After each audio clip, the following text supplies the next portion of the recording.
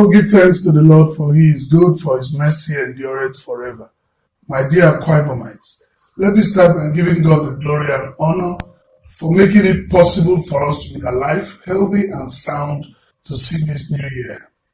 My wife, Her Excellency Pastor Mrs. Patience Umo Eno, and I wish you a very happy and prosperous new year. We are hopeful and confident that it is going to be a year of restoration, of increase, and of expansion across the length and crannies of this state. So help us God. On March 18, 2020, of growth and development, as broadly laid out in our RISE agenda, and went ahead to reward us with a massive victory at the polls. Today, 7 months after our inauguration, I make bold to say that in spite of the hazy economic horizon, the fundamentals of our development are strong and resilient. Akwa Ibom State is rising with the Arise agenda, and the golden era we had promised is already here. Even though we still have many miles to go, what we have collectively achieved gives us hope for what we can and must achieve tomorrow and beyond. 7 months down the line, every critical pillar of this well-defined and well-thought-out economic blueprint has been touched and activated for the growth and continuous development of our state. In the area of agriculture, we have started the steady but firm commitment to engendering agricultural revolution in our state. The Igbo Model Farm, a collaborative effort with the world-renowned Songhai Farms of Port Novo, Benin Republic, was flagged off a little over 2 weeks ago in Akwa Ibom, Umo local government area. It promises to be the most integrated farm in this part of the nation. It will not only guarantee food security, but will also create jobs for our thousands of people and stimulate tourism. We have requested the local government council chairman to donate lands for the establishment of demonstration farms in each of the local government areas. We have revitalized the Dakada palm oil estate with new seedlings and have equally invested funds in the cocoa plantation in the state. We are paying deep attention to developing and improving the quality of life of residents in both our urban and rural areas, as well as the maintenance and expansion of infrastructure in the state. So far, we have flagged off and funded the construction of not less than 17 roads across the state. We have been intentional to ensure that these roads are selected across the 3 senatorial districts in the state. Some of these roads include the construction of Dia Street, overlay of portions of Johnson Street, waterworks, solar lights, and toilet facilities at Akpan Market, Uyo. This project was flagged off and commissioned within the first 100 days of our administration in fulfillment of the campaign promises I made when I visited the market. Construction of 1.1 kilometer access road to Goretis Secondary School with 0.875 kilometer discharge drains in Benin local government area. Construction of 1.3 kilometer underground drainage discharge from Atiku Abubakar Avenue to Olusegun Obasanjo Way, Uyo, currently ongoing. And the ongoing construction of the Ukpong and Efionsan Streets in Oron local government area. We have also, in the course of the last 7 months, undertaken several ecological intervention projects, such as construction of ravine control facilities at Etimomana Street in Uyo, reclamation and construction of Udoenwan Road, and the construction of erosion control facilities. In fulfillment of our campaign promises to complete ongoing projects initiated by the immediate past administration, we have released over 10 billion naira to get contractors back to various sites across the states. Works are ongoing at these project sites, such as the Victor Atta International Airport road expansion and others located all over the state. In the aviation sector, we have released about 6.5 billion naira to support ongoing projects at the Victor Atta International Airport. We have also kept all our financial obligations with Airbus Corporation, and about a month ago, we received the first of the 10 Airbus into Ibom Air fleet. Ibom Air, which is the pride of our state, was one of the first places I visited shortly after my inauguration, where I had restated my desire to continue to support and expand the operations of that great project, which is a testament to vision and creativity. We have invested heavily in the MRO, and very soon that will be fully commissioned. In the power sector, we have directed that an operational audit of Ibom Power Plant be done. Our aim is to reposition that critical plant to yield the expected dividend for our people. We believe strongly that with adequate power, our entrepreneurs in the state can do better and our economy will be better off. To maintain the peace and safeguard our status as one of the safest states in Nigeria, we have created a full-fledged Ministry of Internal Security and Waterways, manned by a retired general of the Nigerian Army. 2 weeks ago, we successfully launched the Ibom Community Watch Program with 550 watchers commissioned for Uyo local government area. The objective of this program is to raise well-trained team that will protect government assets across our communities and assist in the gathering of intelligence for our security agencies. This initiative shall also create over 5,000 jobs for our youth. Still on security, on December 13, 2023, I signed into law the Akwa Ibom Security Trust Fund Bill, earlier passed by the State House of Assembly, to help us mobilize funds to improve on the security architecture of our state. 3 days ago, we launched the Akwa Ibom State Waterways Security Asset, whose central mission is to secure the waterways of the state and thus help protect government critical assets, boost the state comparative advantage in the blue economy, support our fishermen through the provision of enhanced security, among others. At the event, the Chief of the Naval Staff, Vice Admiral Emmanuel Ogada, was on hand to help us launch the 14 state patrol gunboats we had bought and donated to ensure this operation runs seamlessly.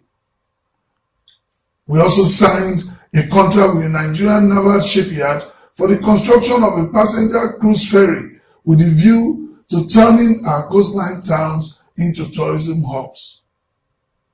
In the education sector, we have started the construction of model primary schools, the first of which is to be commissioned at the Christ the King Primary School on Wellington Bassey Way, Uyo.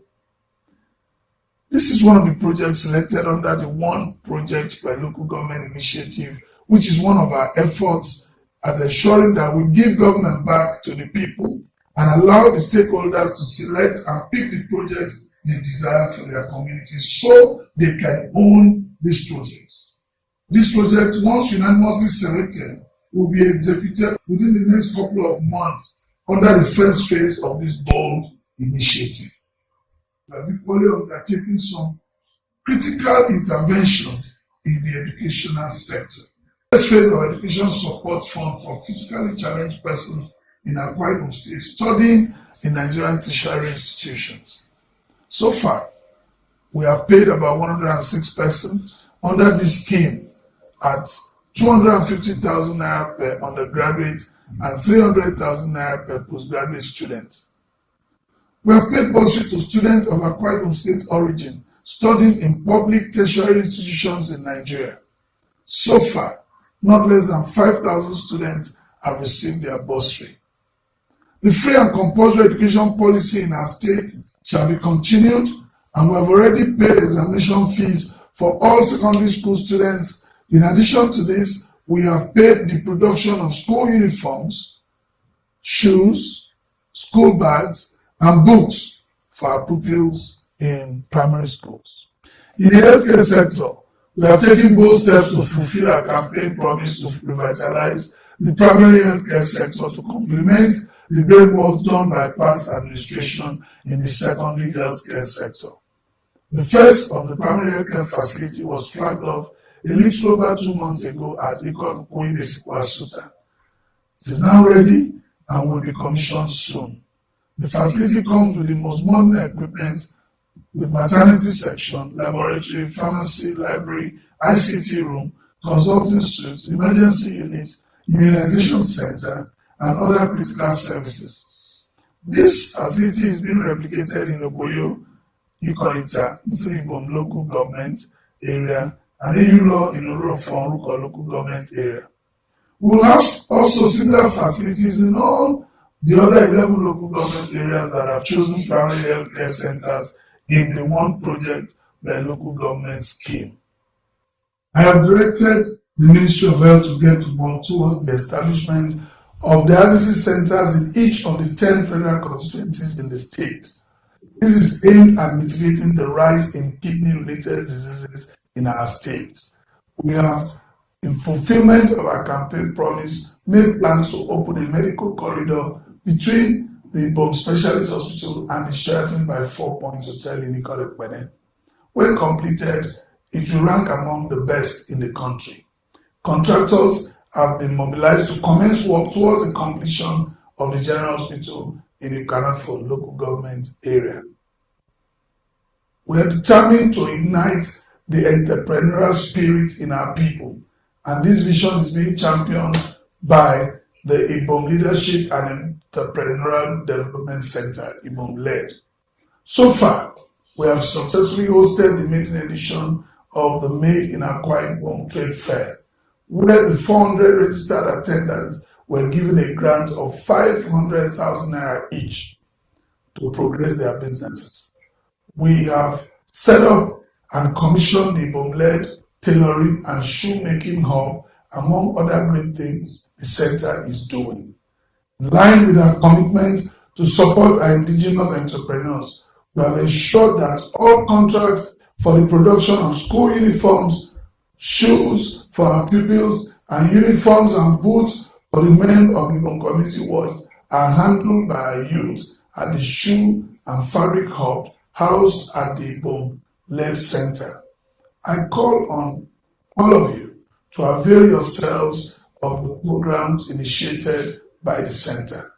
So far, we have paid over 12 billion naira in gratuities to retired state and local government workers and leave grants in fulfillment of my campaign promises to tackle the issue head-on. We have equally spent over 5 billion naira to augment the federal government's palliatives to cushion the effect of fuel subsidy removal and ensure that the welfare of our people is enhanced. For us as a government, the welfare of our citizenry will always remain paramount. The tourism sector will continue to receive a major boost in our administration. We have constructed a 20,000-seated capacity amphitheater, which was used in the recently concluded Christmas Carol and will be used for other cultural, social, and even religious events in the state.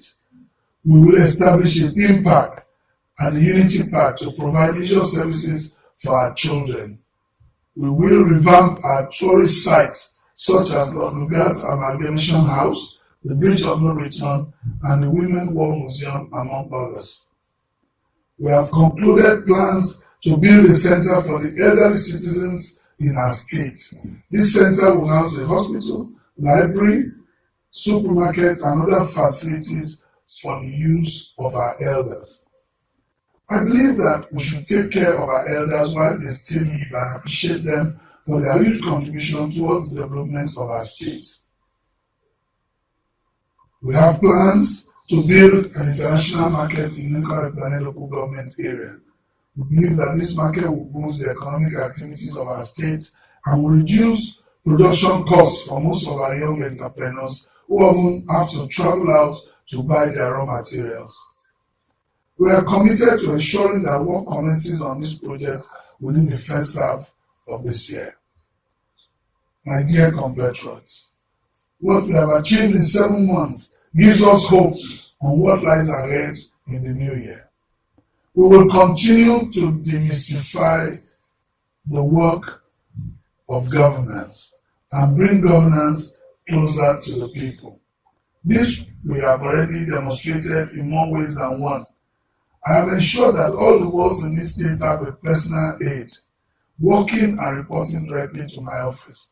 I have ensured that all the units have a watcher of the Ibom community was drawn from them, and I have taken time to consult with our stakeholders in most of my initiatives so far.